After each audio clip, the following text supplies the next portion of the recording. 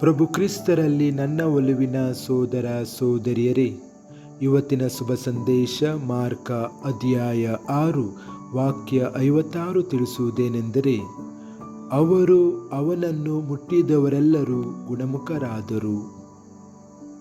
ಚಿಂತನೆ: ಜನರಿಗೆ ದೀರ್ಘ ಭಾಷಣಗಳು ಅಥವಾ ನಾಟಕೀಯ ಚಿಹ್ನೆಗಳು ಬೇಕಾಗಿರಲಿಲ್ಲ.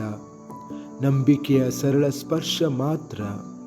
ಯೇಸುವಿನ ಮೇಲಂಗಿಯ ಅಂಚನ್ನು ಮುಟ್ಟುವುದು ಸಹ ಗುಣಪಡಿಸುವ ಮಾರ್ಗವಾಯಿತು, ಏಕೆಂದರೆ ನಂಬಿಕೆಯು ಅವರ ಹೃದಯಗಳನ್ನು ಆತನ ಶಕ್ತಿಗೆ ತೆರೆಯಿತು.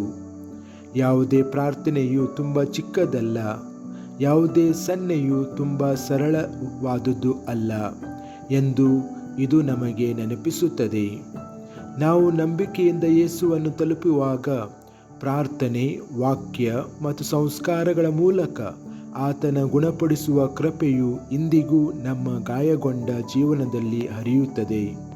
ಪ್ರಾರ್ಥನೆ: ಕರ್ತನಾದ ಯೇಸುವೆ, ವಿನಮ್ರ ನಂಬಿಕೆಯಿಂದ ನಾವು ನಿನ್ನನ್ನು ತಲುಪುತ್ತೇವೆ.